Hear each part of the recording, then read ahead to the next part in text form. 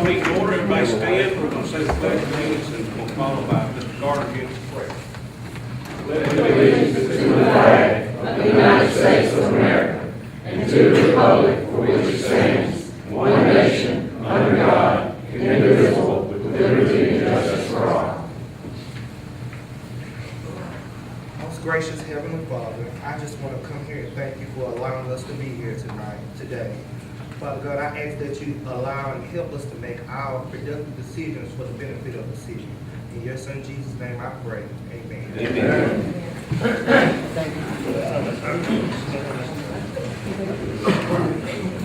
It's good to see all of you here on our lunch meeting. Hope you've eaten, or hope maybe the meeting won't be real long, and maybe you'll be eating very soon. Again, thank you very much. It's good to see all of you here, and I'm going to start with roll call. Sabrina Dore, present. Ron McCoy, President. John Betts, President. Robert Gardner here. Tommy Williams, President. Okay.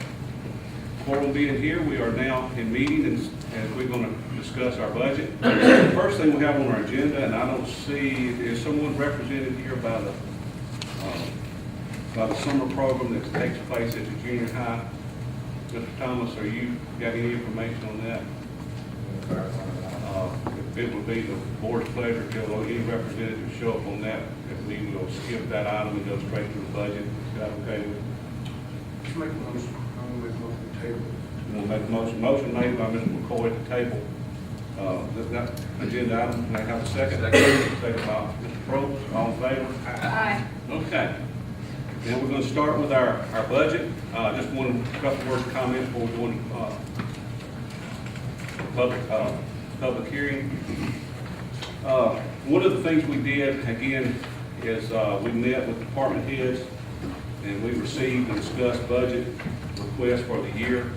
We looked at actual documents that we spent, actual numbers that we spent throughout the year, and we feel like we have got a very good grip on our budget, and that's some of the process.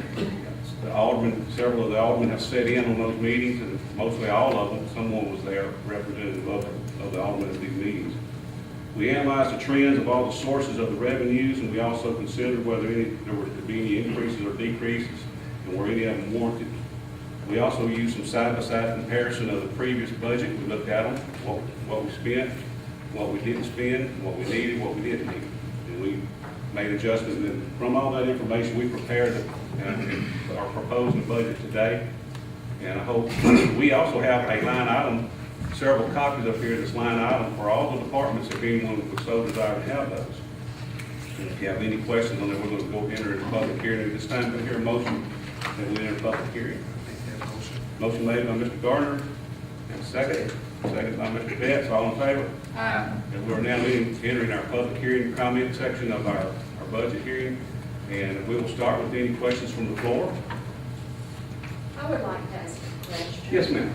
I worked in public schools. Any employee that worked 20 hours or less had to pay their own insurance. Do we do that? If it is if it was only 20 hours less, that would be considered a part-time employee. No, they would not be considered for the insurance benefit. I'm very opinionated about that, and Yes, I ma'am. would like the board to consider that. They don't give. I'm not against the people working, but I don't think it's fair. Because I could work 20 hours and get the same benefits that somebody works a regular job. Okay. For clarification, what, Ms. Corrine, what? Well, if it's a part-time employee and they're getting $800, you're paying for their insurance, their life insurance. Do you do that? That's what I'm Right. asking. No employees that are part-time, which would be less than 30 hours, I think, is that correct? 30 hours, are not getting any benefits. Any elected officials getting any benefits? The aldermen are subject to, get the benefits of the insurance, yes. That, I have an issue with that, I do too, Ms. Carter. but, I have a big issue with it. Okay. Any other comments? Would you give us an idea of how much that cost? per alderman. If it is correct me if I'm wrong, Jay, but I think if they take the single coverage, the employee pays 135, 135, the town picks up 500. Town picks up 500. If it is a husband or a wife and they add a spouse, it is, I think it's 1,000. 18,000 a year. That's on family, complete family coverage. How much did you say? 18,000. Now, if you have complete family coverage, the complete premium, I think monthly is around $19-something hundred. The employee or alderman would pay about $260 or $70 of that, and the town picks up over $1,500 a month. For the families? Yes. Well, I would like for you to consider that that is not happening. I worked with the public schools. I had to pay 3/4, the public schools paid 1/4. And only on me. If I picked up my family, I paid that for the family. I think that should be a good idea. We'll I certainly- think something needs to be said about the attraction to the job, that it needs to pay good, and it needs to have good benefits to attract good people for the job. And that's my opinion. Well, my opinion is pay theirs, but Yeah. not the whole family now. But that's just my opinion. I mean, I think that those jobs should be good jobs and should offer good benefits, and that way you get good people at those jobs. But how much does each alderman get a month? How much does an alderman make a month? $700. And they're here how many days? One month. Well, there's more involved. They do, But does all of them, does all of the board, all come, all meetings? they're not, Are they here this twice? meeting is required, and they're invited to our budget meetings, and But do they all attend? they haven't, no. There's been some, but Well, if say they're working job now, I will say that, scheduling sometime, when you're during the day, they have jobs, it's a scheduling issue, it's Well, you got We try to do what we- one person, Tommy's not, he don't work anymore, he's, Sabrina works, John works, Robert works. And I don't know about Tom, but I think they all need to be. But I think they, like Randy said, I think they should make a commitment. You can have vacation time, take off of work, come up here, support your town. Can I say something? Sure. Just from background, I was an alderman for 8 years, and alderman, it's not just coming to City Hall for meetings.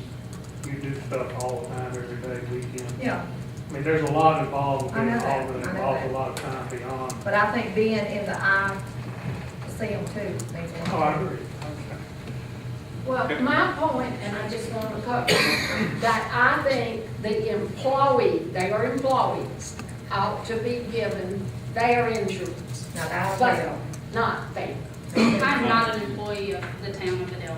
She's talking about on employees, our employment No, package. she's talking about Alderman. I'm talking about aldermen. Oh, I'm sorry. The aldermen are not employees of the town of Vidalia in any capacity. I do not work for the Well, town. then how do then you you qualify for should the get benefits? insurance at all. Then how do you You're get not benefits if you're not employed? That is an ordinance that was set before we came in office. See, I don't disagree. Okay. But some of us do have the option to opt out. Me personally, I can't speak for I'm not gonna speak for the rest of them.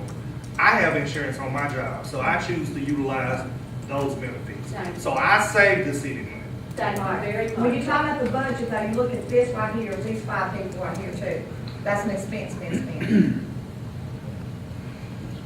Okay. Anything? I'll make a With- comment on the whole process. Okay. Our process of paying employee benefits are way above anybody in the area.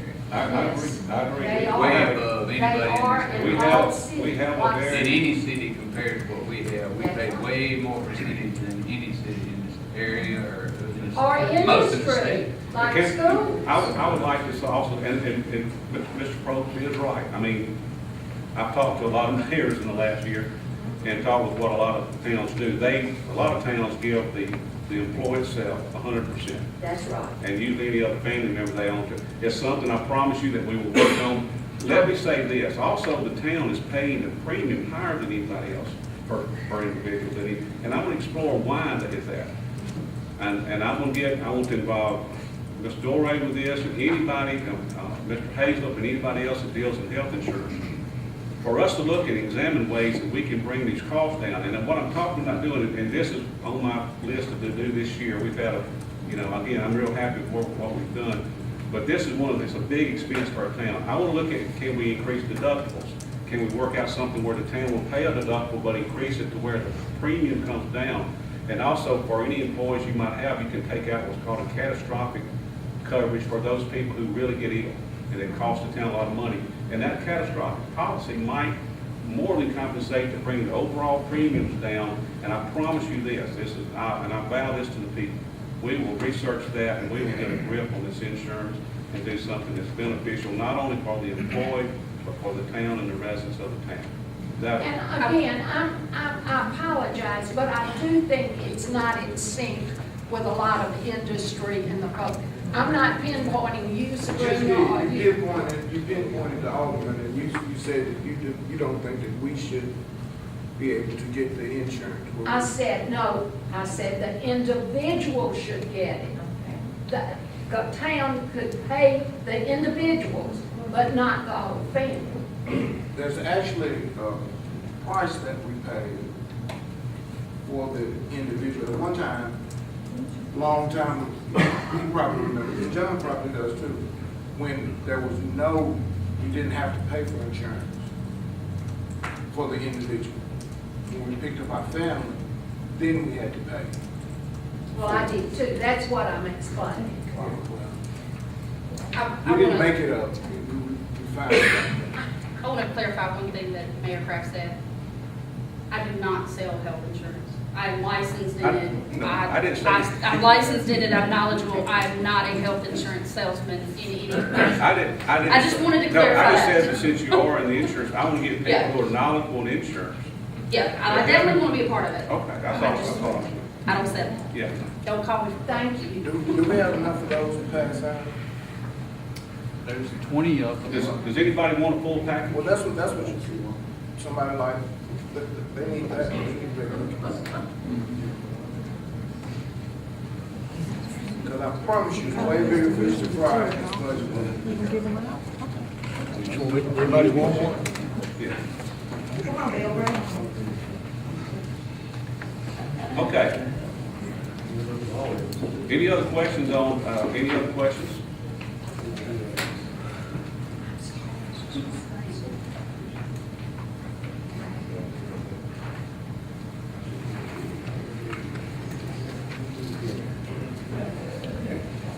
Raise your hand if you want one. Mr. McDonald's got them, he's passed them out. I'm sorry, I should have let y'all know that it was up front, available for you.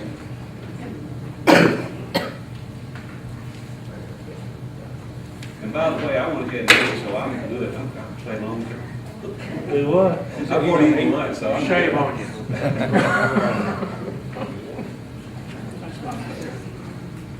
Any other questions from the public? Do y'all need another minute to look at it?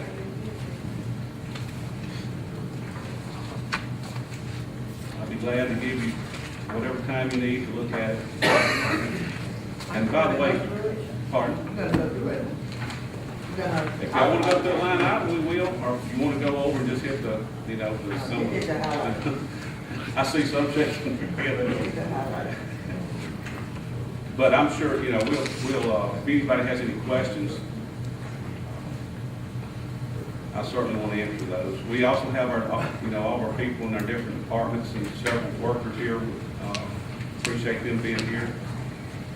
And I promise you, this was a team effort. And a lot of hours went into this. One of the things the department heads did in each department, they made a wish list and prioritized what they needed for our capital outlay, and we looked at those and went down those. And of course, as with any budget, this is a guide, it can be changed, it can be amended.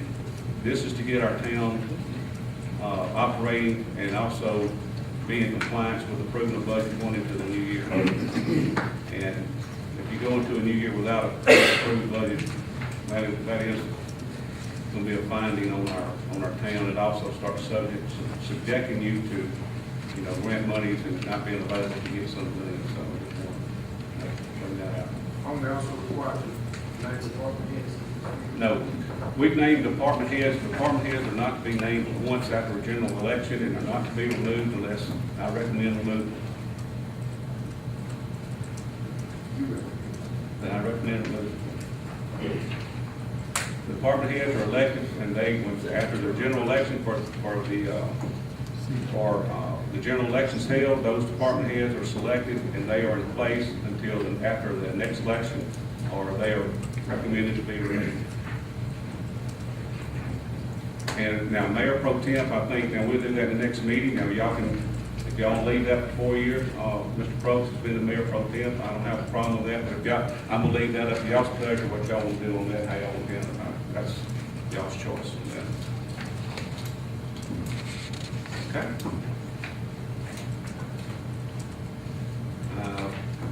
I'm sensing there's no questions coming from the public. And if we don't get a comment here pretty quick, we're going to close the public hearing. Does any of the department heads or any of the officers want to make a comment at this time that work for the town? Anybody want to make a comment? I move to close the public hearing. Okay, motion made by Mr. Crawford. What? Well, we got a motion. Well, may I ask one quick? When are we gonna get a legislative audit? We requested them and we talked with them. Bill and I have even been to Baton Rouge and sat down with them in their council room, and we thought maybe that, now this has been, what, 2 months ago? Yeah. 2 months ago, they talked like it was gonna be a matter of 2 weeks. They said it'd be a matter of days. And- Quote. And we reached out to them again this week. And they, I did. one of the responses was from Ms. Futch, her name's Sarah Futch with the legislative office. She said there's a lot of material, a lot of information, and that it's taking time, and it could take some time. And I'm sorry, I want to get there and get just as bad as everybody, I promise you so. But that's where we're at. But thank you for that question. I know everybody's wondering if we're stonewalling or something. I promise you, we're active and staying on them pretty regular. I think not only Deborah, Ms. Moak, but Bill as well, and Jay, we've all called requesting them to. I sent a request, what's the date? Earlier this week, but I haven't heard it. Yeah. Motion was made by Mr. Probst to close public hearing. Do I hear a second? Second by Alderman Gardner. All in favor? Aye. Okay. I'm going to open up discussion for council, any questions they may have. And whoever it might be directed to, we do have our department heads and different directors here. We have our city attorney, we have our city judge, and our CPA, Ms. Moe. And Vicky, is Vicky? She can't come in. Oh, you know, She's listening though? Yeah, her immune system is Yeah. too low. And Miss Burns is here. She's listening through. She just, her immune system run down taking her medicine. But bless her heart, she's out there working.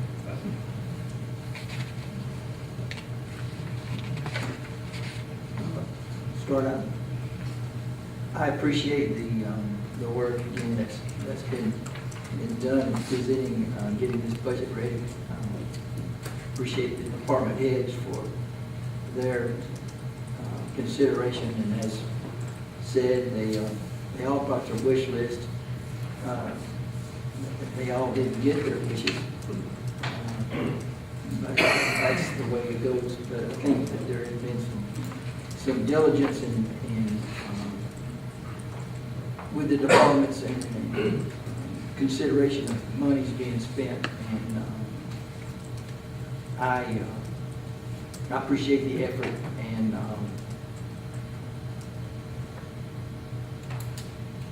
I support this budget that we have in place. I think it's a good budget. I think it's a good place to start, and I would encourage the passage of this budget for next year. I have a couple of questions. I came in and sat with pretty much everybody for 2 days in the formation of the original new fiscal budget.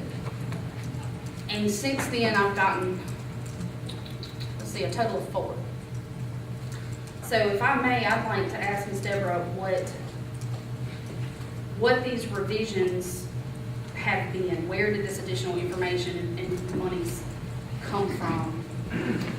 Based on the original packet that we got for this proposed, we have now an increase that was actually just added, I believe, to the one that was laid here when I got here today, of $20,600 in increase for tax revenues. Can you tell me where that came That's the from? fire tax. Okay. We just received it in June, so it wasn't picked up in the original budget. So we picked it up and we amended the budget. Well, we didn't amend it, we just brought the change to the, to the department heads on Friday. So it's been a work in progress for several weeks, even up until Friday. It was pretty much done Friday, and then now we did catch the change on just the summary sheet. Right. It's not in the detail. Okay. What about the $407,800 increase in intergovernmental revenue from 2 weeks ago to today? Is it on revenue or expense? It's revenues. Under intergovernmental, That's the street, that's the project that they had, that she didn't pick up. She picked it Oh, yeah, up that's right. from that. She picked it up to $795. Yes. That's the street project on that. She didn't pick up at that time, which they That's just right. left. And then she just made another adjustment. You'll see down below there on other improvements. On That the is summary. strictly, that's a wash. That 586 is really the construction of that project on the riverfront to take care of the water and the drainage on that. but the difference in the figure from the one that I originally got to the one that's here before us today, the dollar amount difference is $407,800. Okay, well, I know part of the difference, I'm not certain exactly the dollar amount that you're saying, but, well, I met with Guy Murray, and he told me that because the bid that we received was lower than what the state was expecting, that there were more items that could be improved upon or problem areas on that street, that we could raise the amount up and get the funding from the state to pay for it. So with that, I just thought that was necessary to include it in the budget so that it was just information. And too, that I did pass the detail of any changes that were made on to y'all. Yes, absolutely. Okay, I'm good. not, We're again, trying to I hide say it at anything. everyone, I'm not trying to point out things you've done wrong. I'm just Right. trying to make sure I know. I got you. No problem. On charges for services, we have an increase from the original about 2 weeks ago to today of 1.2 million Charges for service. under the revenue. Yes, that's the Project Blue lease. Originally, we weren't gonna pick up, but the 2 months of the lease payments. Can I address that? On Project Blue, when we had our meetings, when one of the meetings, when we said it's a work in progress, what we did is we had our original meetings with each department, and their representative, Alderman, was to be there, and we went over it and went over detail, line item by line item. Then we came back as a group, a collective group. All the departments were in the room, and we could only have 1 or 2 aldermen show up at a time, and we sat down and discussed the capital projects that, and it was tweaked along the way, and we also was hoping to have more, some of the others show up, and if there was anything that was, they'd have some say also in the project, capital improvements they wanted to do. But one of the things, and Ms. Malone brought it out, I didn't want to include anything to do with Project Blue until it's a signed contract and everything's done, because I hate to, you try to budget for something that's not, you have a signed contract for. But Ms. Malone pointed out, when we do have a signed contract on that lease, that those incomes are going to be coming in regardless of whether this goes through or not. And I felt like since that was a contract, I told Ms. Mo to go ahead and put those on there, because that is a binding contract on Project Blue to pay those monies. So that's why I told her after that, Ms. Gorey, that's why that difference is in there. But I do want to say this, what we're approving today, I hope we're amending it within about 2 months, because hopefully Project Blue will be in, and it's gonna change a lot of things. But this is to get us in compliance with state law and start operating our town for the first year. But anyway, that being said, I'm sorry. That's okay. When you said Project Blue, and so based on this, you're calculating the $100,000 a year, a month. But it's my understanding you're only actually paying 50. Well, that is true, but it's the lease is for it's a $1.3 million lease, and it's to be paid over 5 years. And they don't have to actually pay us the cash, but for half of it, but it's still a receivable, because it does get applied when they do buy it, or if they don't buy it, they have to pay that back, the other half back. So we're budgeting for the full 100,000, or we're showing revenues for the full 100,000, but are only receiving 50. In cash, yes. All right. Some of these I already kind of know the answer to.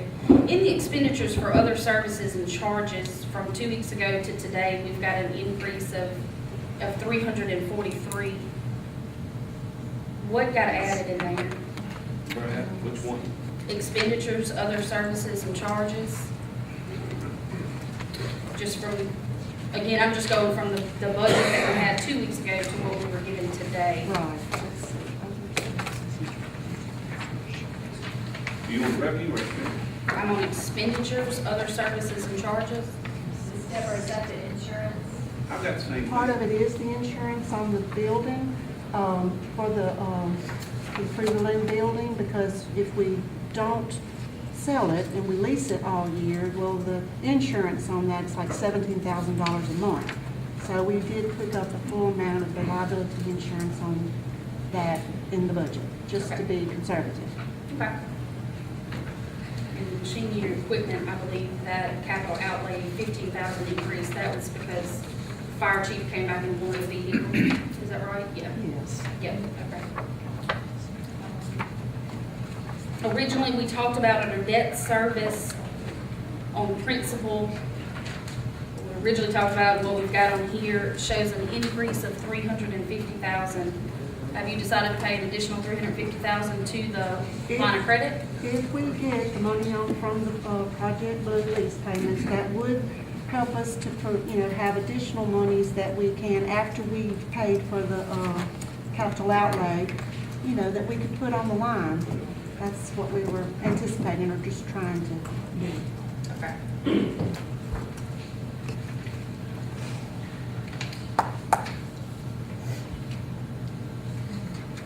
Which would leave about, if we pay 1.2 million on the 1.8, it'd leave like 600,000 left to pay on the loan, if everything works well.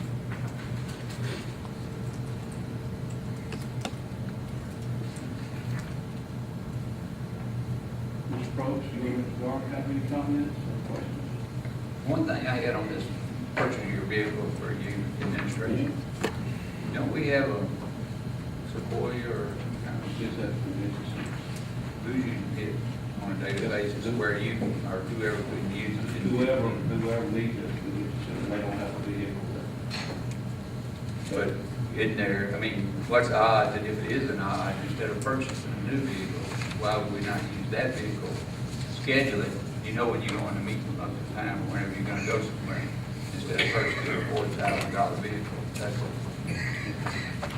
Good question, but what's the existing center to use? Well, you can always pay mileage. There's always that option. If you have that happen, you can pay that mileage. I'll continue to do my mileage, because if I'm on the road at night, I want something that's reliable, that's gonna get me there. Well, I would think to be reliable, it's a pretty new vehicle. No, it's not. How old is it? What year model? 2005. 2005, and they paid $2,000 for it. And that's the white Sequoia. And how many miles? How many miles? That's what I'm wondering. I think, is Regina, Mike, y'all drove for a little bit, how many miles on it? It's over 200,000. Is that many miles? That's good.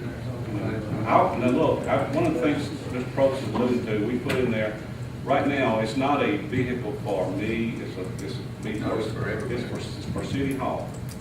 I'm gonna bring my truck up here, I've been using my truck, I bought my truck brand new in May of last year. I have got 35,000 miles on it. And I promise you, on my record work, my business that I own, I bet I haven't been out there probably 7 times since I've been elected. And running the streets here, looking at things every day, morning and evening, or going to Baton Rouge. We went to Winfield yesterday with helping me. It's Lafayette, it's Baton Rouge. I don't mind charging mileage, but I promise you this. I don't think it's right to put me in a personal liability issue if I have an accident and I'm doing town business, because it's gonna be on me. The previous mayor had a vehicle by the city, so I think that you do service. But I don't, look, but again, I want y'all to know, I'm gonna do what is the pleasure of the board. I mean, what they decide to do, that's what I'm gonna go with. But a lot of people have urged, because not only me, but whether it's Ms. Moe, or Mr. Sean, or Mr. Murray, or any dog, if they have a school to go to or a convention to go to, it will be available to them. And because I promise you, they're all charging their mileage when they go somewhere, and I'm gonna start charging mileage. I'm gonna start keeping up with it. So all I'm saying is, really, to me, it would be the right thing to do. But I do want to make this clear. If y'all want to remove that from that, I'll be fine with it.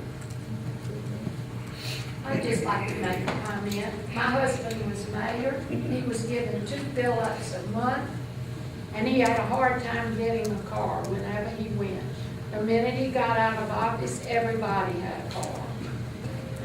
He had to stop and make people bring their cars places where they wouldn't use them to go to Natchez and go to the show and go. He'd see people all over town, and he didn't have a car. So I think the mayor and the people here ought to have a car to go out of town, and a decent. And it's whatever, if the board wants to remove it, that would be a good time. I just wanted to be sure on the mileage on that. I couldn't remember, I didn't know how many miles it had on it. That's a mile on. That's a lot. Well, I said Even it, if it is, so I said it on the request for the different line items on each department requesting different items that they needed. And some off the list and some that was listed as more important. I don't have any questions or concerns because I said while pretty much all of this was put together, so I'm good with what we're going for as well as John stated earlier. That's all I have to say. I said it. Bill, you and I talked over there about blight a little bit. Yeah. Is blight? It's in there. Still on there. It's in there. I know there's 20,000 for the hearing officer in there. And how much for the 10,000 for the tearing down, plus we got 35,000 from the state for the demolishing of the building. So we're in good shape to move forward. We've had a couple of meetings trying to pick some properties to start with. I need some from, give me 3 or 4 from your area that you'd like to start with. I'm just saying, or we can pick them, it doesn't matter, but, we're ready to move forward. I met with you, Cheryl, yesterday, and I've met with our building inspector, and he can act as our blighted property inspector. He also does that as part of their service, so we're moving, and we'll start with notices. Since we're trying to do things in July as much as we can, because according to Jerry Clark, anything we can give him by the end of July goes on the tax rolls right away. After that, it's all the way to the end of the next July. So you will see us at least implementing the project full force in the next couple of weeks. Did I answer your question? I'm sorry. It was the same conversation we had. That's right. One thing I do want to point out as far as, I hope everybody be patient with us. As y'all know, one of our knuckle boom trash trucks was totaled. And so we are, with summertime being here and grass growing, it's really gotten out of hand. We're trying to get caught up on that, but we are in the process. Lee, give us an update on what they gave us the insurance showed up and they gave us, or going to give us. I can do Well, that. Bill might remember. The insurance has offered us, I think it's $104,000 for tow truck, and I talked to their representative in, I'm trying to think, he was in Baltimore somewhere today, and he wants us to come back with whether we're gonna want to maintain the vehicle, keep it ourselves, or whether they're gonna take it, or what we're gonna do with it. But he's gonna give us another couple of weeks to make that decision, whether we can implement that vehicle. The cab of it's fine, so we're gonna take a look at the frame and try to figure out if we can use it. But $104,000 toward replacement. And that'll be up to the board whether they want to, well, I mean, whether y'all would want to buy a new one at this time. A new one runs around 140-ish, 147, I think is what they told me. Used one around 100,000, so that's for a 2-year-old truck, so. They have those on lease, they come off after 2 years, so some of those are really good shape. And if y'all would like to go with a used one that's coming off a program or get a new one, it's whatever the board's pleasure. But that's gonna be a, But we need to get caught up on our traffic. I think by the next regular meeting, you probably have something to be able to present as an agenda item. I would hope to move forward on that. Now, isn't it also true, we're slowing down on our ability to cut grass around Carter Street because we now have the added job of cutting what used to be Fruited Lane? Yes, but really our biggest, now, I will say this, another issue that's really hurt us more than anything is the availability of prisoners. Our work crews are having fits, having prisoners want to come out, it's getting hot. And matter of fact, I have them, I'm gonna meet with Lee this afternoon or tomorrow. Matter of fact, some of our young men have no prisoners. And we are gonna have to address that because we're gonna get way behind if we don't come up with a solution on it. But that is something we're gonna work on, we're gonna discuss at length here today or tomorrow, you know, some things we might can do. And just, I'll be honest with you, some of the things I'm talking about and some of the pitfalls of having a prison crew, you might have a different group out every day, and they don't know how to work the machine. And by the time you train them, they don't care about the equipment, they'll run over stuff, if they're tired of it, they may tear it up. And it might be time to examine maybe some part-time, minimum wage operators who, you know, whether they're old and retired and want a little part-time work, somebody can allow them to show up and work. Plus, these men are only working probably till lunch. If you have to take them, if they gotta go to the bathroom, you gotta load them all up and take them to the bathroom. It's really problematic. We're having to go all the way to Highway 15, every one of our trucks, go pick them up, take them to lunch every day, and it's just a mess. But now we have 9 employees that are classified as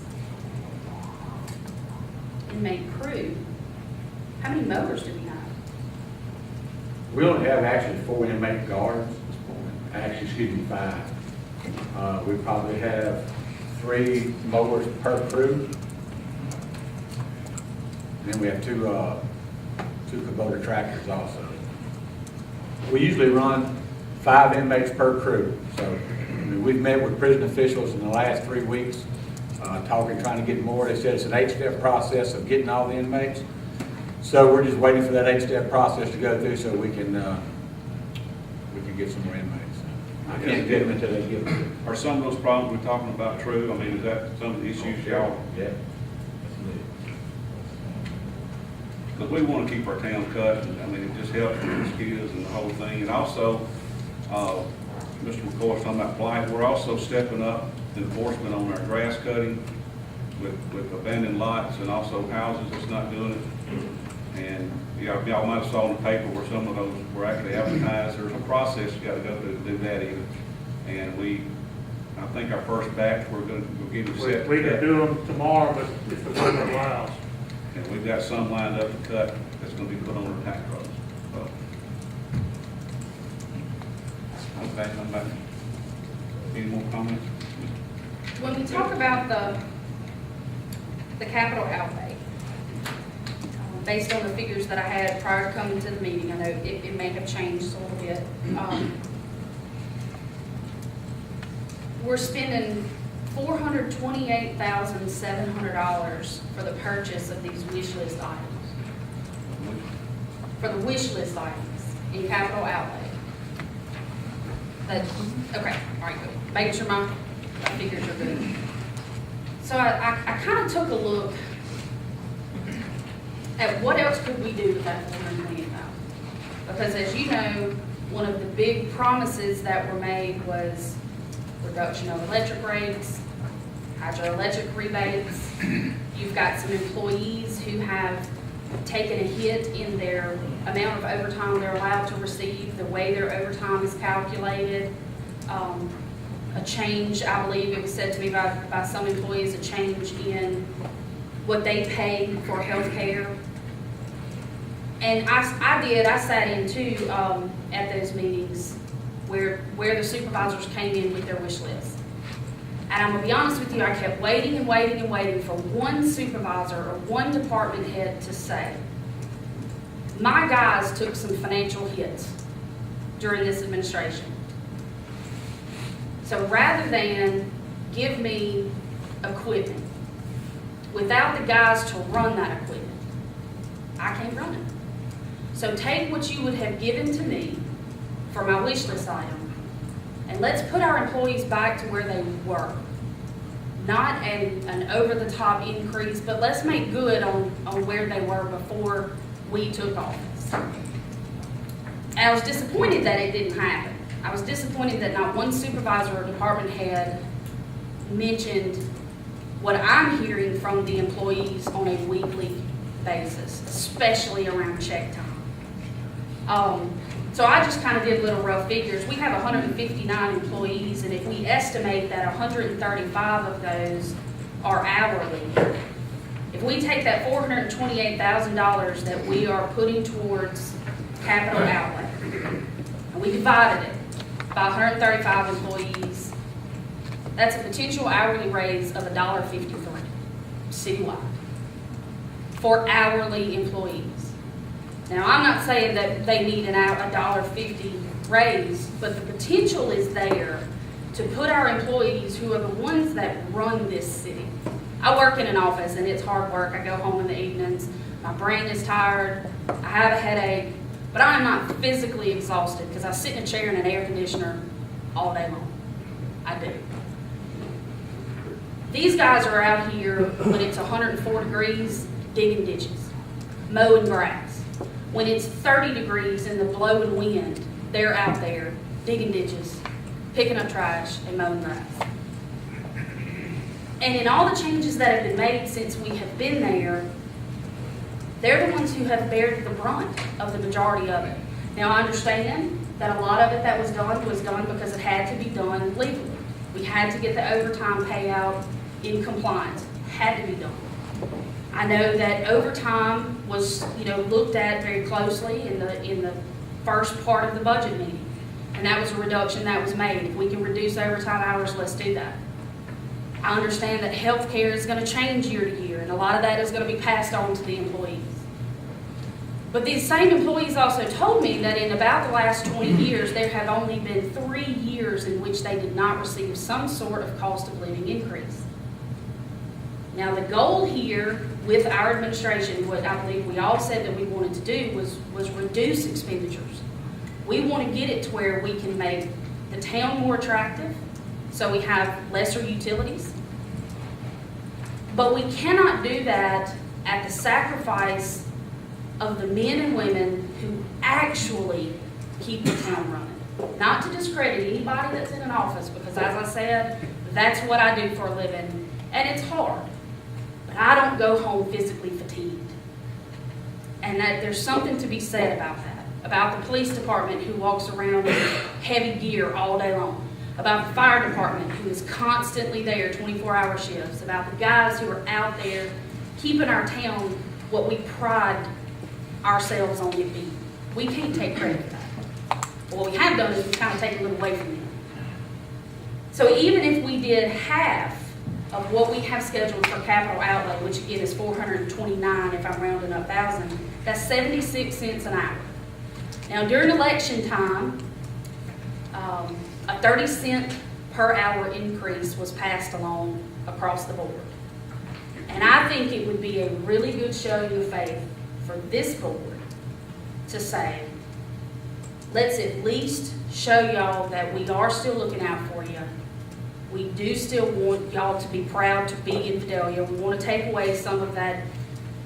I mean, you guys, there are some employees who are feeling really bad about whether or not they're appreciated in the city. So if we can give them that other 70 cents, which would in effect bump them $1 an hour, and reduce some of the capital outlay that we have laid out here, we're not adding anything more, but we're putting the people who operate all of this equipment as of equal importance as the equipment itself. Can I ask a question? Absolutely. In those meetings that you're talking about, we went to, did we not start with each department head about, once the hydro money's over with, once we see where we stand after that, and we will look at raises for the employees, and that will. You did. That was said. that'd 6 be months every- in, we'll reevaluate. We're also taking away the incentive payments and trying to add that in, but that's not gonna happen until 6 months in. No. Let me, here's what I said in those meetings, and everybody was there, and Sabrina, you as well. I said that we need to have our hydro meetings to see if there's gonna be any monies available for rebate. Also to see where we stand after we have those meetings, and at that time determine, cost of living raises. And it might be more than, who knows, and it might be, and make those raises at that time when we have that full year completed. We look at the payment, the incentive payments that were given to them is not included in this budget, and the incentive payment is not a guarantee. What I was wanting to do at that time, and want to see where we stand, is make that a part of their salary and go ahead and pay it to them monthly, and broke down, because really, an incentive payment or a bonus payment is gratuitous and it's really against the law, state law. It is, and we want to bring that into compliance. If somebody needs to be, they can't save that money because they need that money around Christmas time, I'm just being honest, maybe we can do some kind of withholding form for that amount, put it in a Christmas club account, do something for them to hold it to them, and give them a check around Christmas time, if they can't budget for Christmas. So all I'm saying is we wanted to get this budget approved like it stands, and then after the first meeting, and then have our hydro meetings that have not been done on an annual basis, that is required by ordinance. We're going to have those, and then determine and look at giving the employees raises. And I think that would be more prudent of us to look and see where we stand. There'll be a lot of things happening then. We should have the final deal on Project Blue. We should know where we stand on our monies with the hydro. And I promise you, Sabrina, you're absolutely right. I agree with that.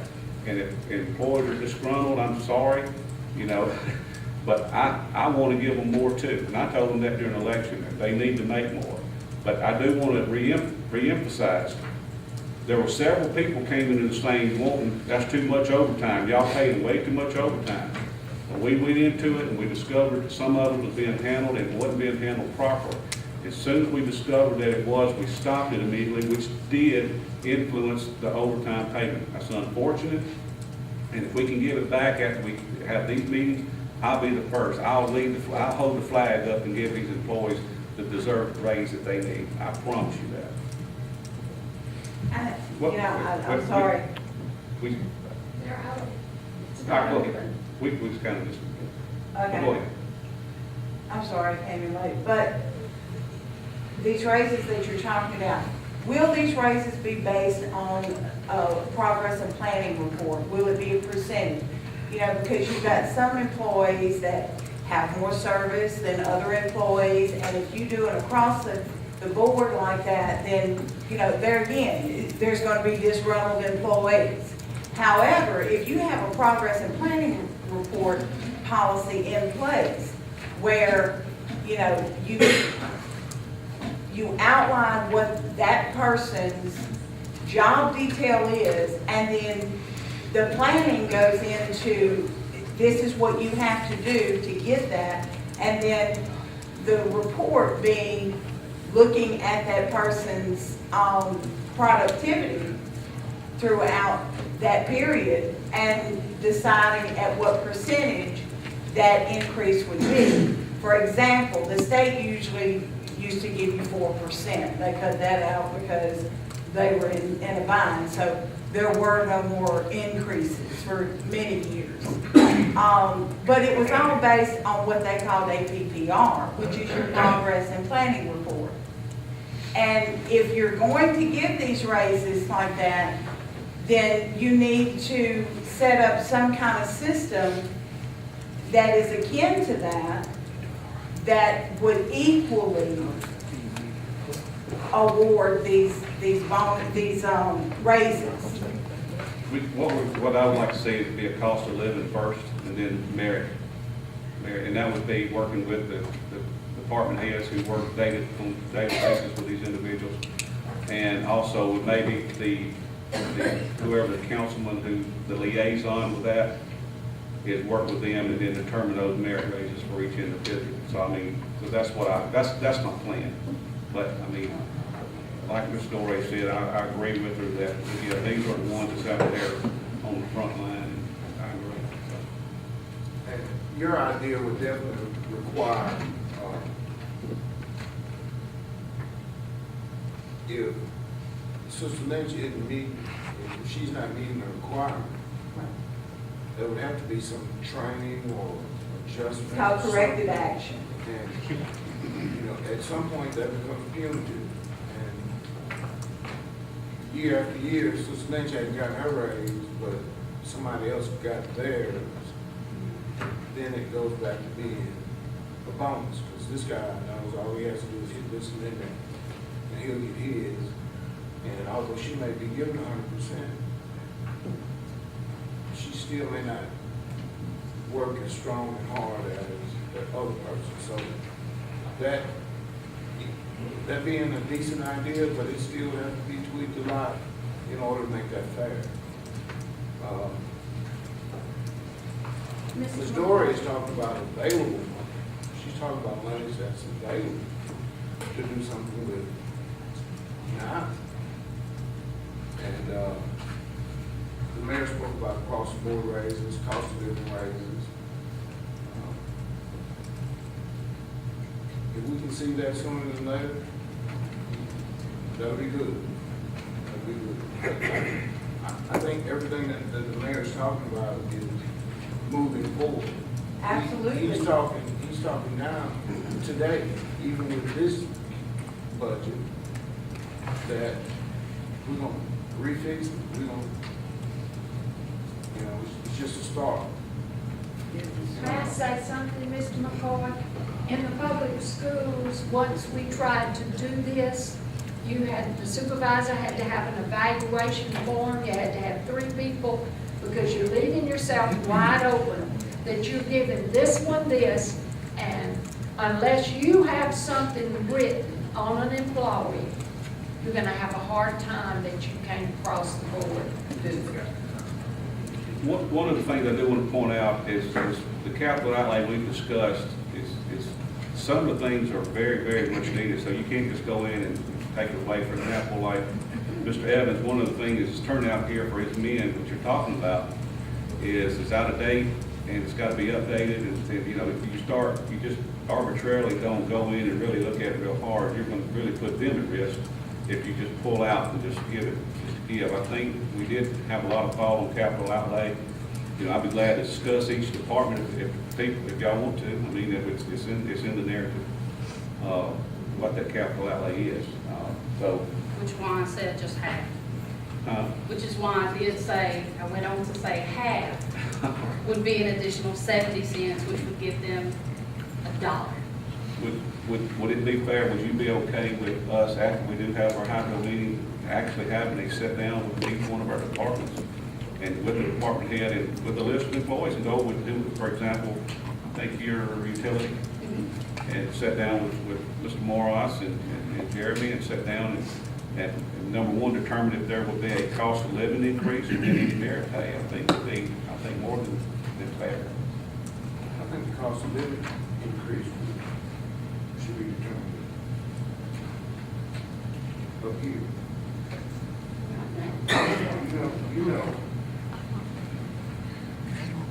You know the financial and how they do it. You know where the cost of living rate would be beneficial. Now, as far as the merit rate, that's going to require, again, a lot of thought before you get into that, because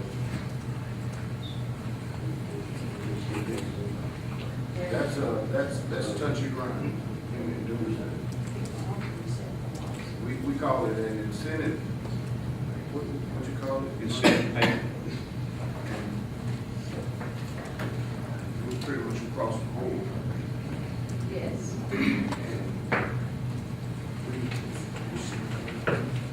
It just needs some work, but the cost of living, that's common sense approach to going. And my intention is that we have the hearings and the meetings, I promised the employees that we will, the very next meeting after that, or in that meeting, once it's determined where we stand, the hydro monies, to grant those, to look at that. And plus, it might be better if, that's another reason, like I said, Project Blue might be here, it might warrant even more. Just seems like a lot of ifs in that sense. Well, If the hydro revenue look good, if Project Blue comes, if 6 months down the road, we've been here a year. not 6 months, a year, and we've Okay. accomplished a lot in a year. There's just a whole lot of ifs in that sentence. And I'm saying, if we are going to lose employees because we can't make a decision in favor of them today, which if is more powerful? That's what I'm asking you to consider. What would you like to cut out in order to do that? Because, I've heard this thing, this is all available. You're talking about available money. If there's no money available, this don't happen anyway. This is just a guide anyway, okay? And I understand about the employees, and I understand about the pay raise and all this, but, the truth of the matter is, in this economy that we have that's going on, there are some people who don't even have a job. And so, one of the things that we have to look at, and I'm not saying that we don't treat our employees not properly. I think we do treat our employees properly. I think that there are some benefits that we give our employees that keep them. Somebody says you can't eat benefits. Yes, you can. Benefits keep you eating. Because as Ms. Randazzo said, where I work, they pay part of my insurance. I pay the rest of it. If my wife was on my insurance, I pick up the full load. Okay? So I made that decision. She has hers. That's fine. But what I'm saying is the benefit package, if you look at the benefits that we give our employees, I think we're giving them a good package. And when we do that, it helps them. It keeps them eating. Because if we didn't give them some of those benefits, we'll be taking more money out of their pocket. So I think our budget is in, and capital outlay was, when we went into our meetings, it said, okay, this is if the monies are available, this is what we would like to do. There are some things that we have to do, such as the firemen. Mark has a pump that's got to be replaced. If we don't do that, we've got other problems that's going through. So, we can argue about the incidentals, but I think it's an overall, this budget is sound, it's good, it gives us a place to start and operate, and down the road, if we can make changes, let's make changes. But let's work to seek the harmony of this place, not advantageous. And I've had employees talk to me, look, my question is, who do you want me to send home to give you that? Okay, that's all I'm saying. Promote the harmony by saying, look, we're doing the best we can right now. And if we can do better, we'll do more. They ought to be satisfied with what they got. We're doing real good. Well, what I'm saying is, you can pick anything and go anywhere you want to. But Ron, here's the I'm just trying to pick your passion. but what I'm saying is, we work for the harmony of this. You're talking about the harmony of us. I'm talking about for the whole city overwide. I'm not saying anything. I don't have a problem with any of you guys. Your opinion is as valuable as mine. But what I'm saying is, this budget is a place for us to start. And as he said, hopefully, we can adjust. But right now, I think that we're doing the best that we can for our employees. You speaking with such passion, and I don't think that I've said no yet to the budget. And I was basically listening to what Ms. Dory was saying about potentially making raises. And I didn't think the mayor was in objection with that, because what he said, he was nodding his head and talking about moving forward. Well, the objection that I had was, okay, slashing the capital outlay and moving it to employee benefits. That's what she was talking about. She's saying, let's take half of that and move it that way. That's what she said, right? That is one suggestion, yeah. That was one suggestion. That's all I was saying. I got a hold of it another time there that I wish somebody would. Yes, we got several issues we gotta take care of. I get just as fired up and hyped up about it. Is that the hole that's blocked off then? Yeah. that's- Then we can't fix it, a river goes down. Well, I understand that, but it's a hole in the middle of my district. And it's been a hole in the middle of my district. And I got those streets. The river's leaving. All that's understood. But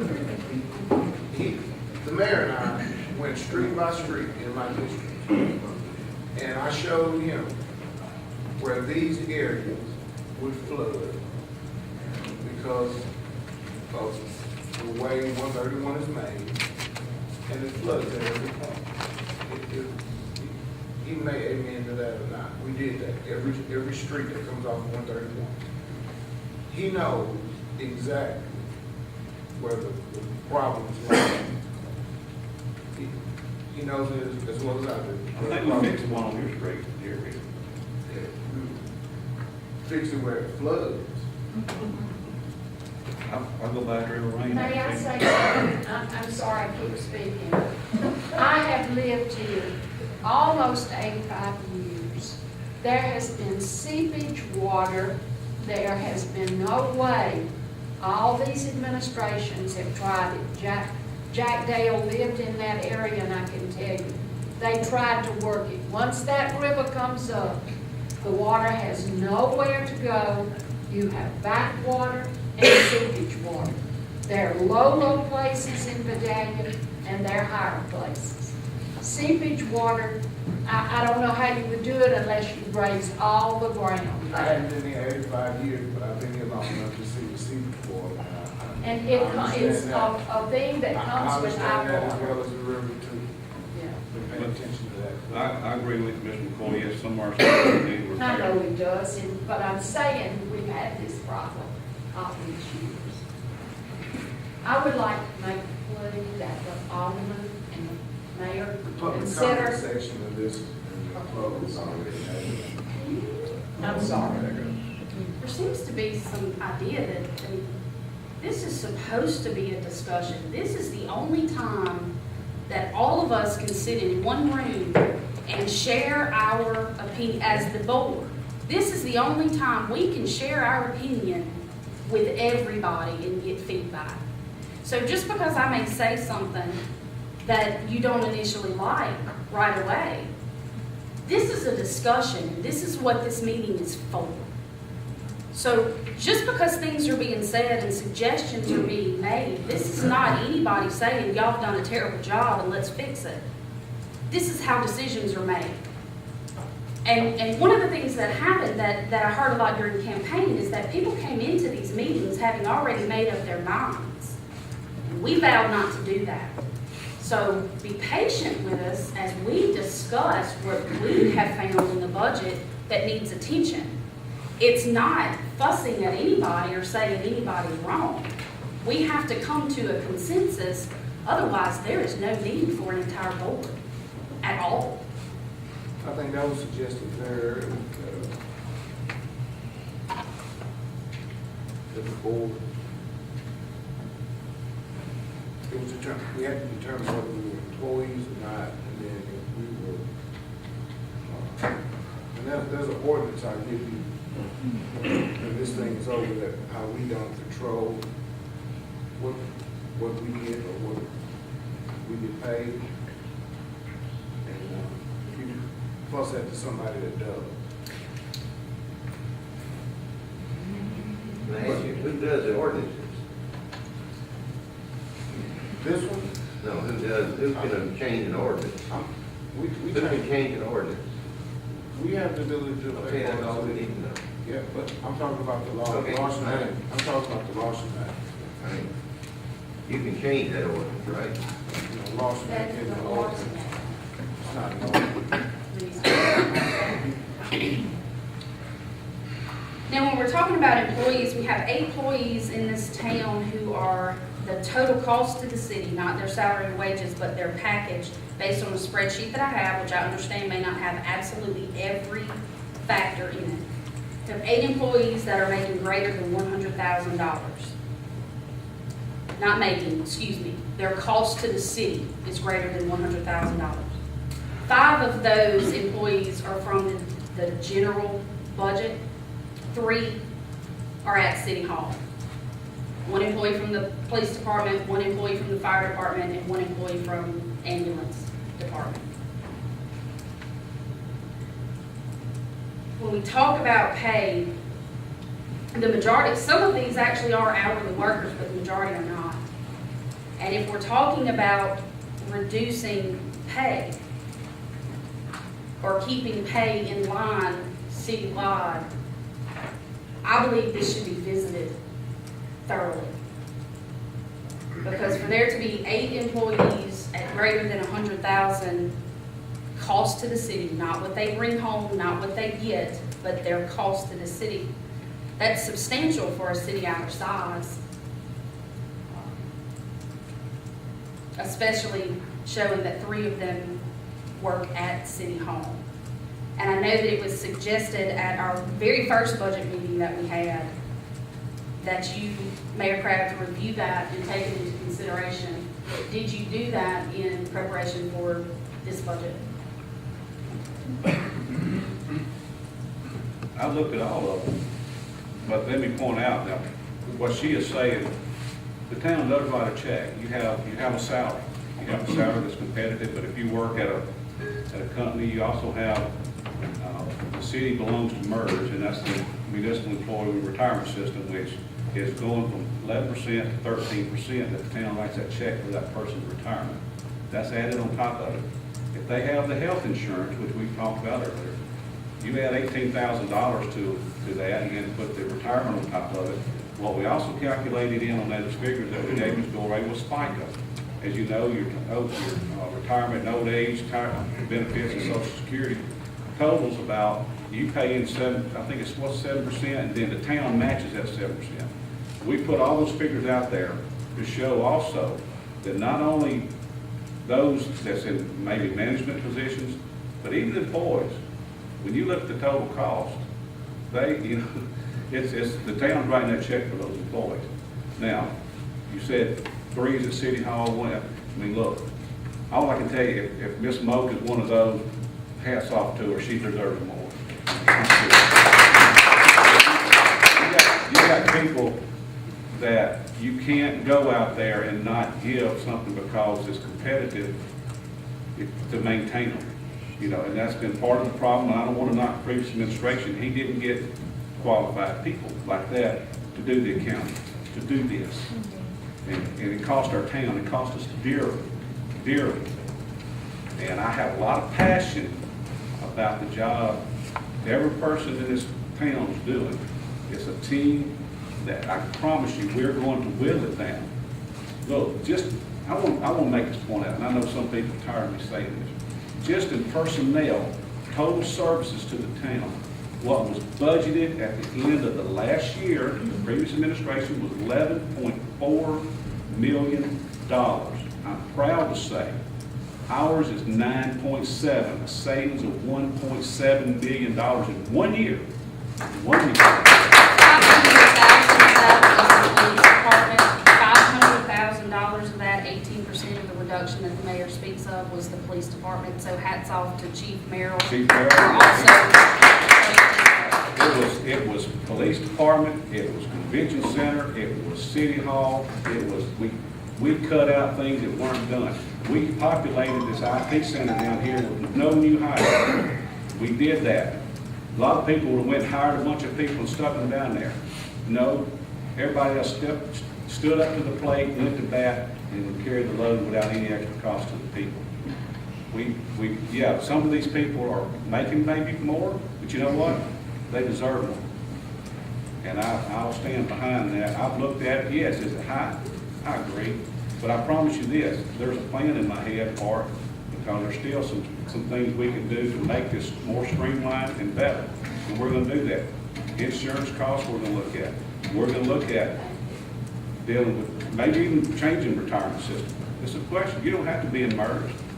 We're gonna investigate all those things to save our town money, I promise you that. And this is something that's gonna be a process. If anybody would have told you that in the first year we could accomplish this, they'd have said you're crazy. And here we are sitting here saving this much money. Also, I go ahead and throw this in, if you exclude capital outlay and debt service on this thing, we are running this town over $5 million cheaper than it was done in the past. $5 million. How much of that $5 million are you ready to apply to the electric rates?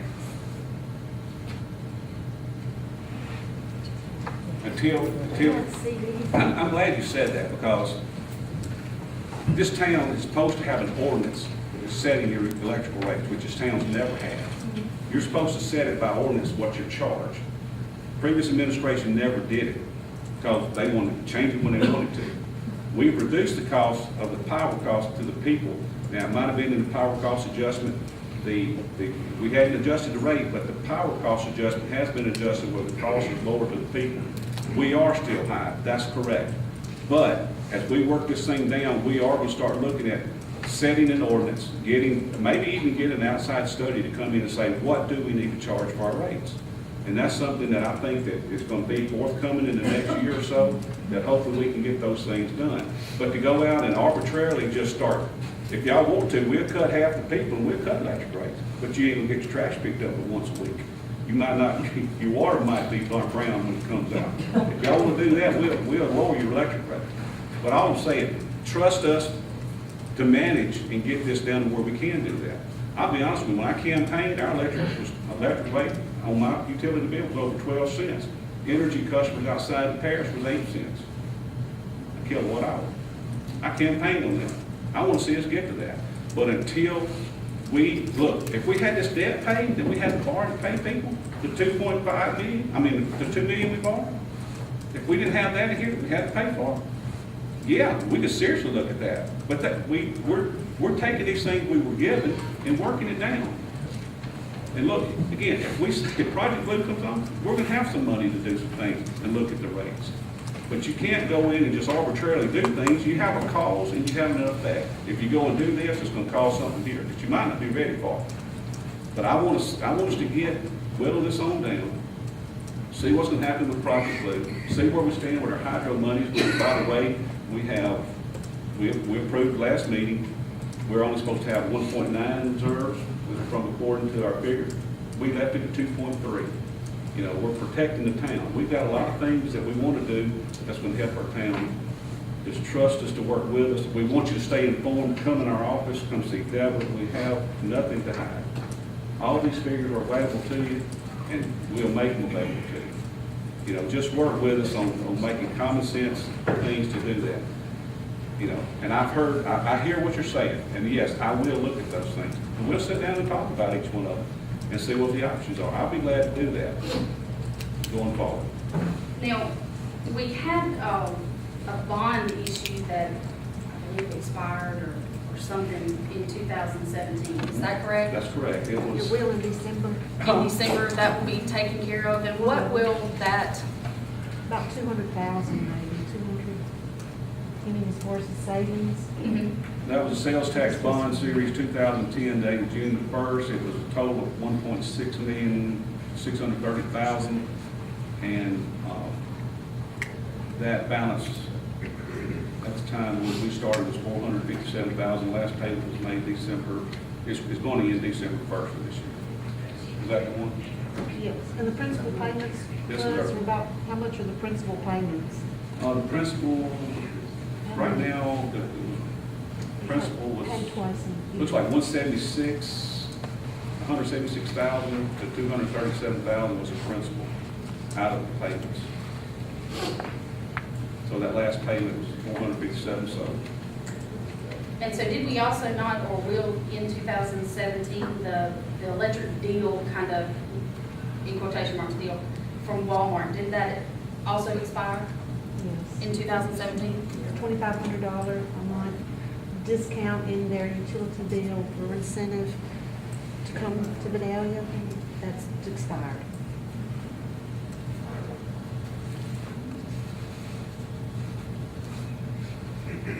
Speaking of streets, what final determination did you make on DA Big Lane Road? On what now? On the DA Big Lane Road? That's on the agenda for the next meeting. What Ms. Doré is alluding to, I have documentation, and we've dug, DA Big Lane, you know, is the road out there where the layout is, the rubber plant. The city today owns the property on the west side or south side of DA Big Lane, goes up to the canal and terminates there. However, when the road was constructed all the way from highway, it's not 15 there, it's 131 to Airport Road, the city built that road. And honestly, some of the residents that live out there that are on the north side of that, the road is in horrible, horrible shape. You can't hardly drive down it, and they showed up at our last meeting and wanted us to investigate it to see if they had said that was a town road. Honestly, what I can read so far is that I think it is. And I have the documentation I was going to share with y'all, as well as the public, and try to come up with some kind of resolution, what we wanted to do. We've already got estimates, whether it's a complete fix, middle ground fix, moderate fix, and then a complete to shut down fix. So that's some of the things we're going to have to look at, and that's, but still, it might wind up having to be a legal decision on whose road it actually is. But from what we have found, it looks like it may be ours. So I was really going to address that at our next council meeting and put it on the agenda. Are there any funds in this for that road? No, at this time it's not. And until we can make a determination, that's why I didn't have anything to do. I mean, I put in those figures in there. I didn't do that because until the determination is ironclad that it's our road, I didn't want to address it at that time. 16, 17, we spent $87,000 in lawyer fees. What's that now? In our first fiscal year, we spent about $87,000 in attorney's fees. Okay. I know some of those are special circumstances because of litigation that's going on. And you and I had spoken at one time about the possibility of, or at least the comparative cost of hiring a full-time town attorney rather than having a part-time city attorney. And I'd like to revisit that, especially now that the aldermen have very limited access to our city attorney. What Ms. Doris has limited access to, it was my call that rather than have everybody in the city call council to ask them a question about something, because when a city employee or an officer or somebody calls, the clock starts ticking. And I felt it was the best interest of the town that if they have a question, run it through me. So that's the limited access she's alluding to. It's not limited, it's limited that I like to keep control on. When I get his bill, I can look over it, and if he's got on there where he talked with Bill Murray for 3 hours about an issue, I want to know about it, or what it was, and maybe it might be something we can get an answer for without incurring the cost. Not that I don't have complete confidence in council, but, maybe it's something we can talk about as far as the cost savings. That's why that's that way. So I'm sorry if that's been problematic for anybody that needs. And look, if you got a question to him regarding me, tell me. I'll be glad to. Council's, Ms. Dory's going to call you. with an issue. I don't have a problem with that, but I like to be aware of it, and I hope y'all understand that. I think that's just doing good business myself. Now, if y'all want to change that, and want to open it up, then council might not like that, because he might not be able to get anything done, because he's getting phone calls all day. And y'all, we can address that now if you like. I've had the same issue as well, Sabrina, and I was led to just, to save the city money, just call Attorney General. That's- Yeah, I've hit the LMA a lot, same purpose. But I do think we should have access to our city attorney. I agree. All right. If that's what y'all want, I mean, that's not a budget issue, but I mean, I'll be glad if that's what y'all want to do. Well, the budget issue was, we're spending $87,000 in legal fees. Not all of those fees are going to Mr. Murray, former Judge Murray. I think I might always call you Judge Murray. Not all of those are going to him alone. There are other attorneys that are being contacted because of their expertise in certain areas and divisions, and that's understandable too. But my curiosity is, if we had a city attorney who worked solely for us, could we get answers faster? Could we, could it be beneficial to the city and we not be on that hourly charge? And if we needed to contact him more in 1 month because of a project that we're working on, it's not gonna cost us more, but we're not paying, I'll be honest with you, our George and our judge here, Judge McLemore, that cost just went from 80,000 probably to 150 when you give him retirement and insurance and salary. You're not gonna get an attorney for less than, I mean, Can I say, Sure. maybe another option would be, and excuse me, sir, but to see if we can get a proposal for a monthly amount, no matter how many calls or how much done. That's just another option, if any attorney would ever do that. I would be curious to hear what Mr. McLemore and Counsel Murray would have to say, what you've got to think of probably a salary would take for an attorney. I mean, it's just knowledgeable. You can't get somebody in the screen that don't know municipal law. It's hard to say. I mean, you'd have to have somebody, if you do that, they have to quit what they're doing now. So if you're talking about a standalone, I mean, it could be good, but it also, that person's got to give up whatever they're going to give up. Like in my case, at my office, I couldn't do that. If that was an option, I wouldn't have been able to do that, just from the standpoint of workload and other income. But would you think it's fair to say that you're looking at least a salary over, just a salary over 100,000? I don't really know. I think it depends on the person's situation. It really just depends. Counsel, what do you think? I think to hire a qualified city attorney full-time, I think you're talking $150,000 a year. Plus benefits or all? And then plus Benefits. But our church just had an attorney to help us with some legal things with the gas line on our property. It was $200 an hour. $200 an hour.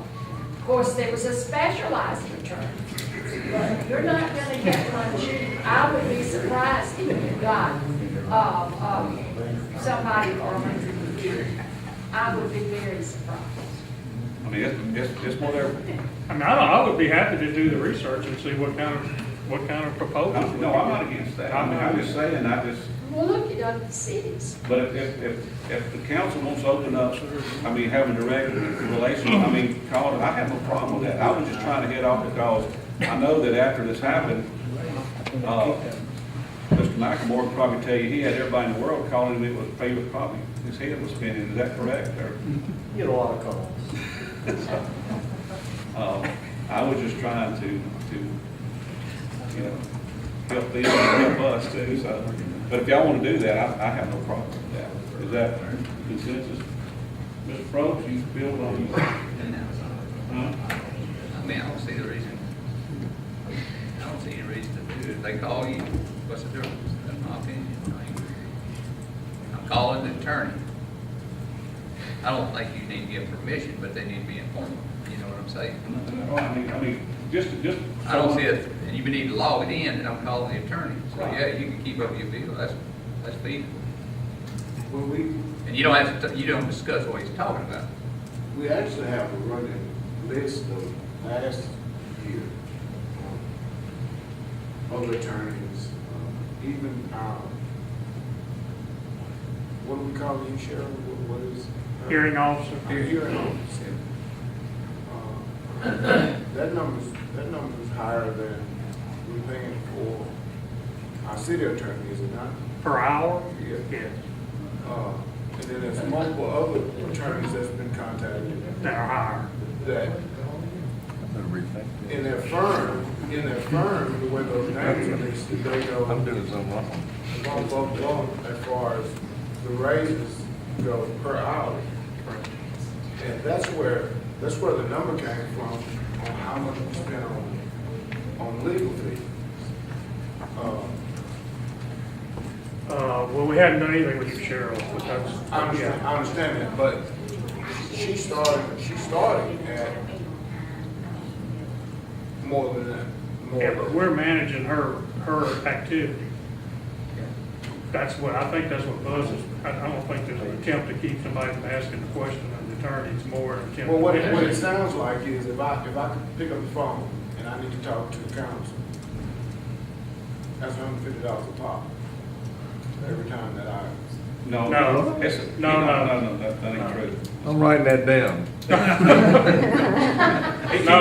That's a new rate. It's actually time. You can see 12 5 minutes, minutes, 10 5 minutes, he minutes. charges, no, it's not an hour. If you call and talk for 10 minutes, it's 10 minutes. I'll be glad to say his bills are very detailed, they, 2 minutes, 1 minute, what it was, who it was to, and everything, so. It's very detailed, and I appreciate him doing that, so. And even the topic. I mean, I'm very satisfied with that, but I mean, again, council, whatever the alderman's wish. The council already said it would cost $150,000 plus benefits. So, I think we brought that up one other time before, I know I did, about that, and we talked about it a little bit, but it was always more than what we wanted to spend. What if, maybe once a week, y'all all got together and met with council, that way you guys all questions you want to ask, all at one time? You can't get together once, you can't get together. You can't be more in coming to a meeting to discuss business with more than 2 at a time. You violate your open meeting law when you do that. All right, let's get back to our budget. We've been an hour and a half. So that's, somebody? I had one question about the lawyers. Even if you hire a lawyer, pay $150,000 to do the municipal law, are you not still going to incur costs for an outside lawyer when you get in? Yes, you would. For example, if you had like Alan Offner's office when they did the bond, our bond for the, that we had that was.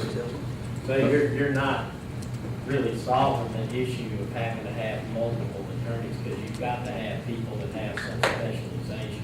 That's correct. Well, the point was, perhaps we need somebody who is well-versed in more than just one thing. I agree, but at that point, I'm thinking that $150,000 he's talking about is probably going to be low.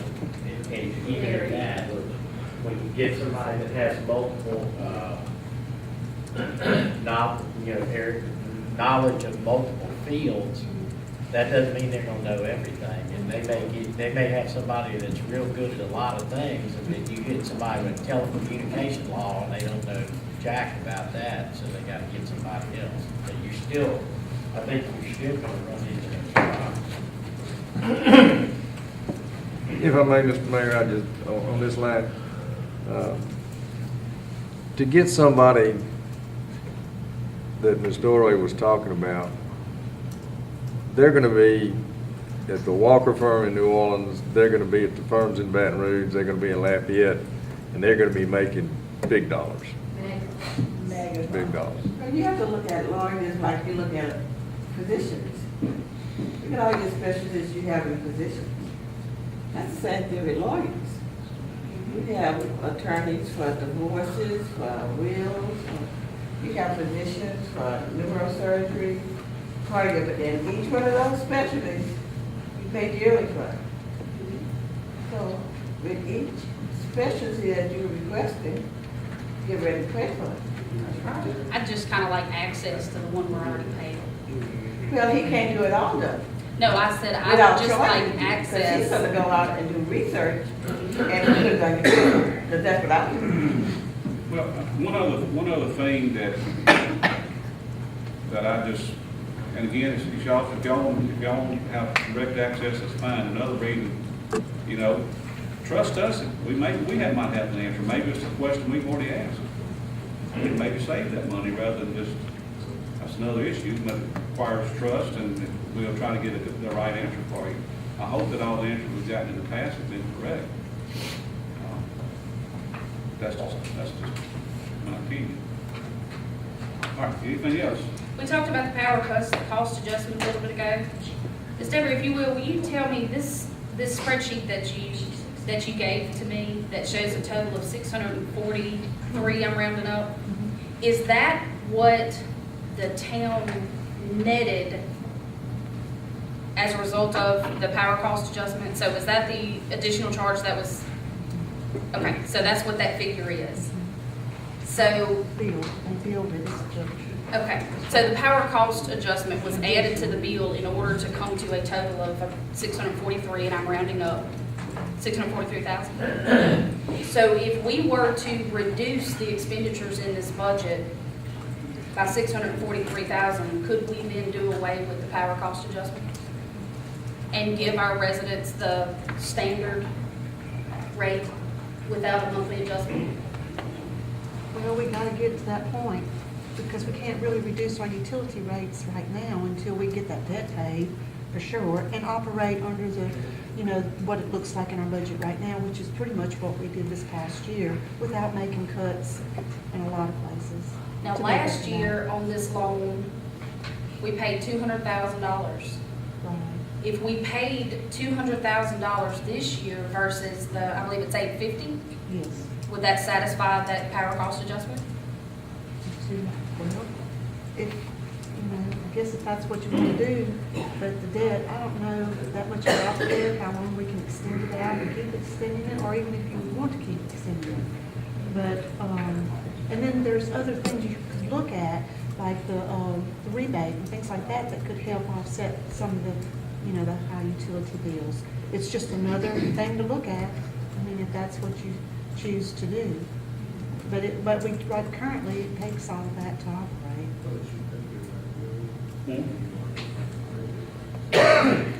Sorry to hear you.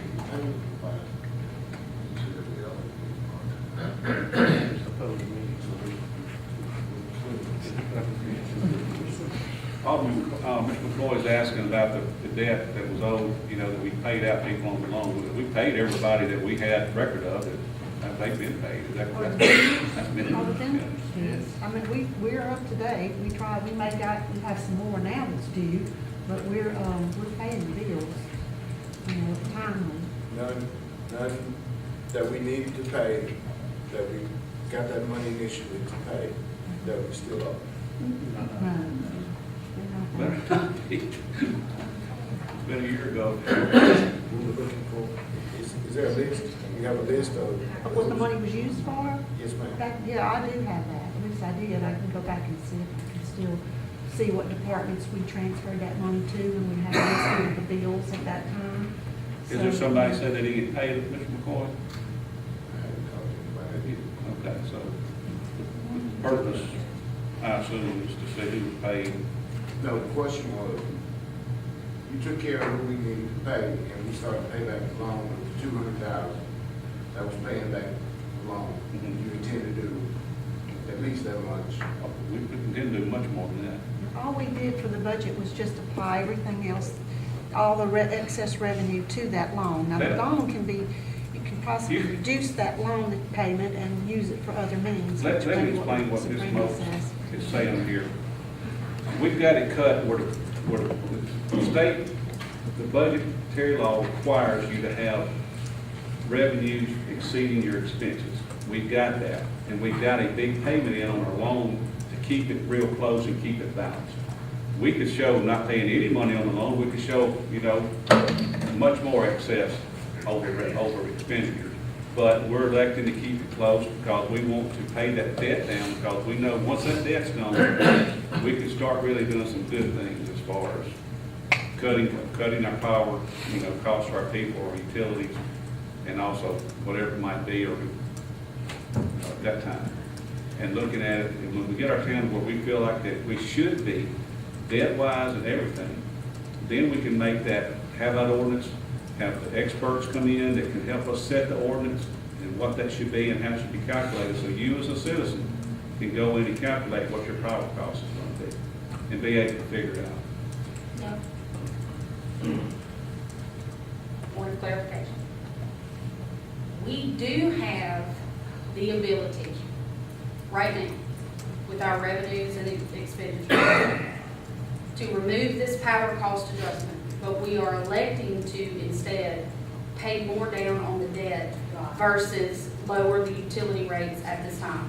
Is that just, not to say you're doing that purposely or any hidden meaning. Well, There are options available to lower the utility rates for the residents, but at this time, we are paying back the loan first.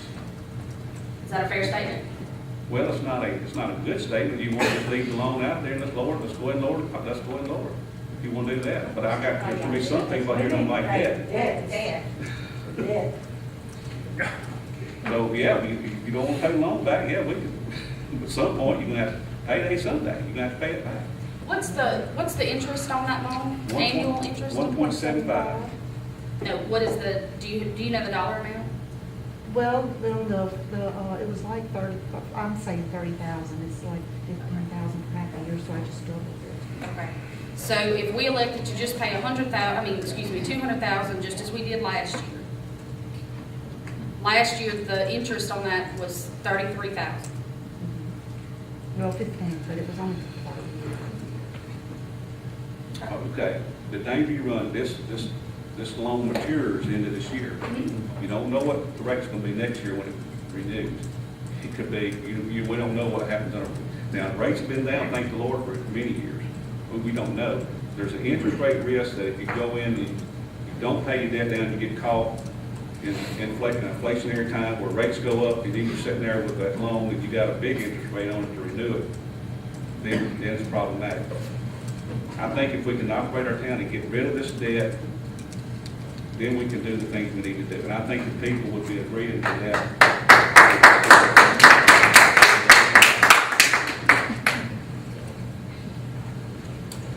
But if y'all want to do different, that's my opinion.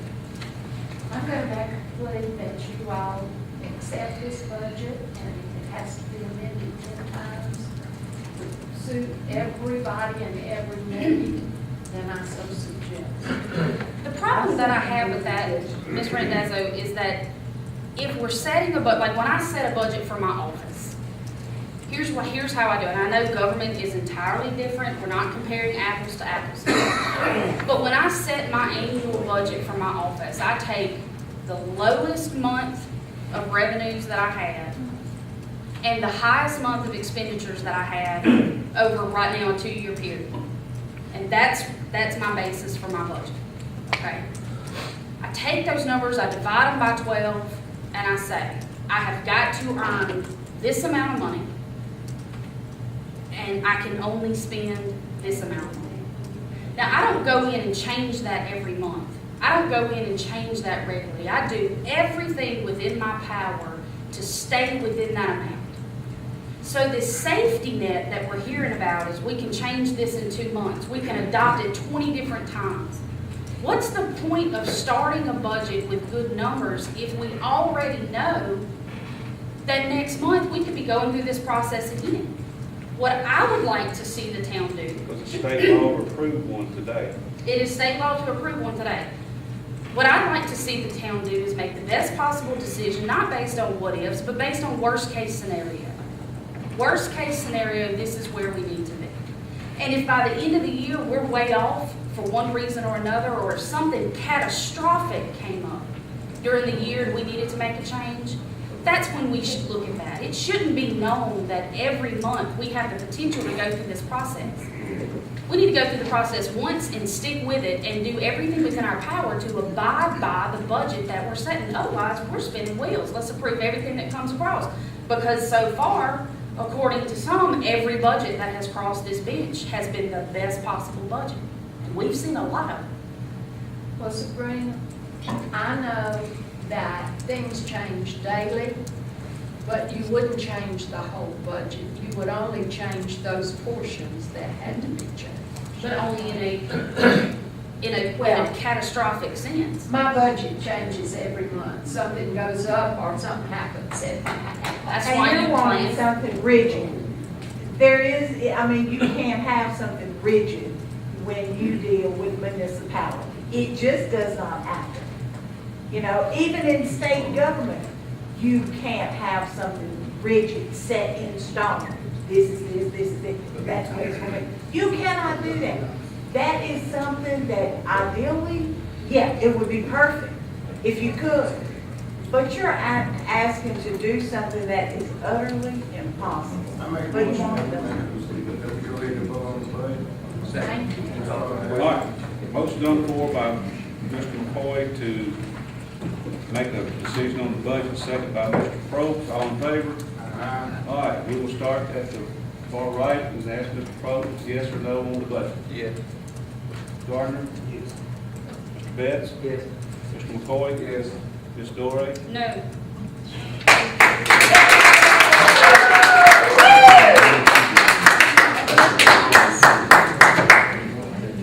Do I hear a motion to adjourn? Oh, I'm sorry.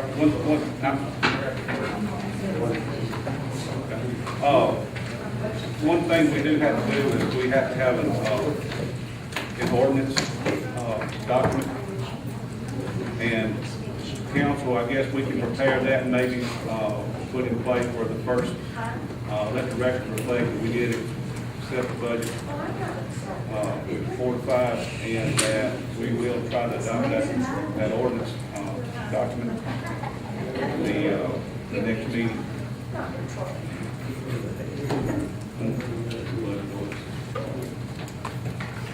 Okay, now do I hear a motion? I make that motion. Motion made by Mr. McCoy, any second? Gardner, all in favor? Aye.